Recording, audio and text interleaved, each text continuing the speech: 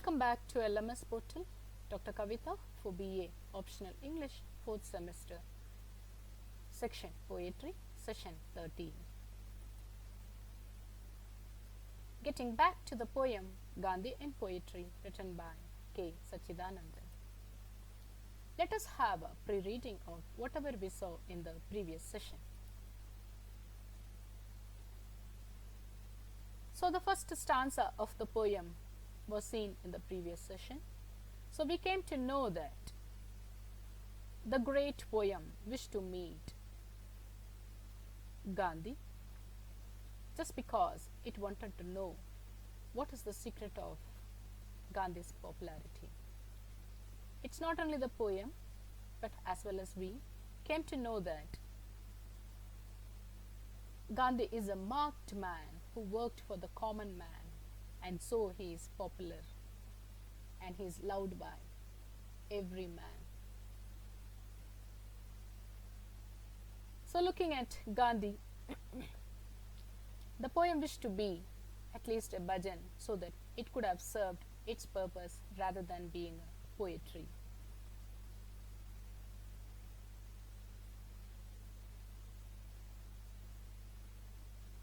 Later, the poem attempts to grab Gandhi's attention by clearing its throat.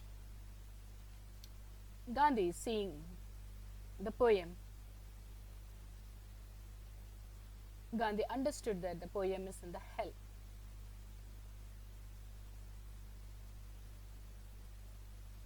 Having a disgust look, Gandhi asked the poem, which was looking so weird, having a fallen kind of a crown on its head. He asked whether he knows the hardship of a common man. And we came across those questions which was posed by Gandhi to the poem. Let us see in the next slide.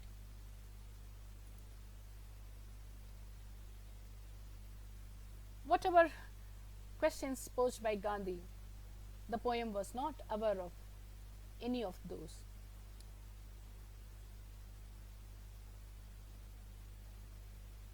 The poem inexorably replied that it was so helpless since it was born to a hunter through its mouth, and it was flourished by a fisherman. And his reply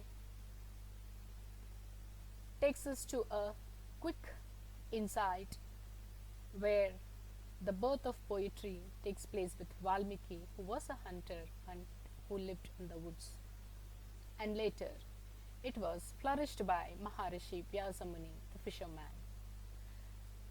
So we also understood that the symbolic expressions of the birth of the poetry, which was expressed through the poem in a very simple way. So let us now get to the second stanza of the poem. Let me read the text. Yet I knew no work, I only sing. First I sang in the courts, then I was plump and handsome, but am on the streets now, half starved.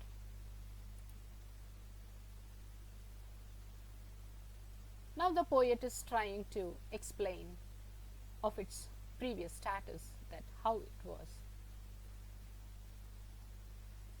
How he had worked in king's courts, how he was appreciated by so many people at the king's courts, how he was sung and what kind of an applauses he got. How he was privileged with the kings and great poets. And also it expressed that at the time it was so plump and handsome, but now it looks very lean and weak. So the last two lines, but am on the streets now, half starved. So the poem persistently say that in the beginning it had a great status, but at present it is starving at the streets, half starved. And also the poem says that it doesn't know anything about the hardships of a common man. It only knows about the class people who knows to appreciate the intellectuality of the poetry. So let us see the ironic appreciation of half-starved was quite a brave paroxysm on the noble language Sanskrit. Here the poet refers to the time of the kings and aristocracy, how they nurtured this royal language and how it gradually dwindled to lose its vigor and vitality because it didn't serve the purpose of poverty, exploitation, misery, nature, sorrow, common man's struggle for survival, etc. Here the poet laments for the plight of poetry, which is devoid of its purpose and it doesn't have any poetic merits. So we should know that our Indian noble language, the said Sanskrit, hardly a few people may know the language, but most of them, they only know the name, but they might have not even seen the scripts. So this is the present situation of our country. And we cannot lay on Sanskrit for our previous literature also. So almost our past literature has been translated into English and a few other languages also.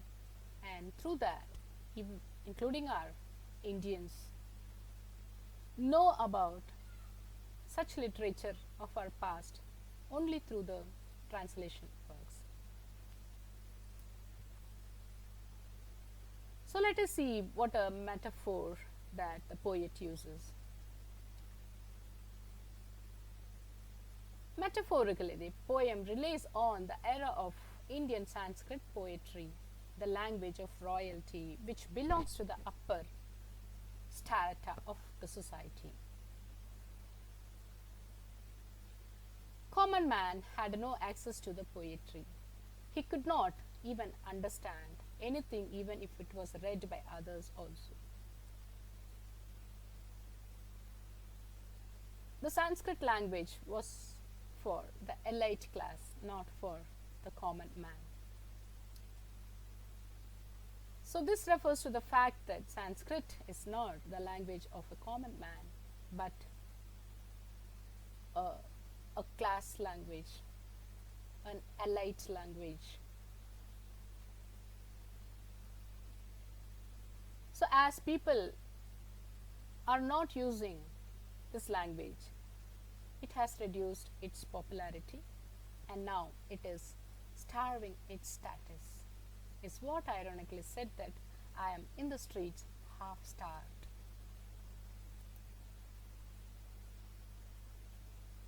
Which is very much true as to know about a critic, Aldous Huxley, saying rightly that poetry in a word must be written and expressed for suffering beings, not by beings exclusively drowned with sensations or as exclusively with intellect. So here, anything written must serve the purpose to all beings, not to a set of class, putting them in a compartments.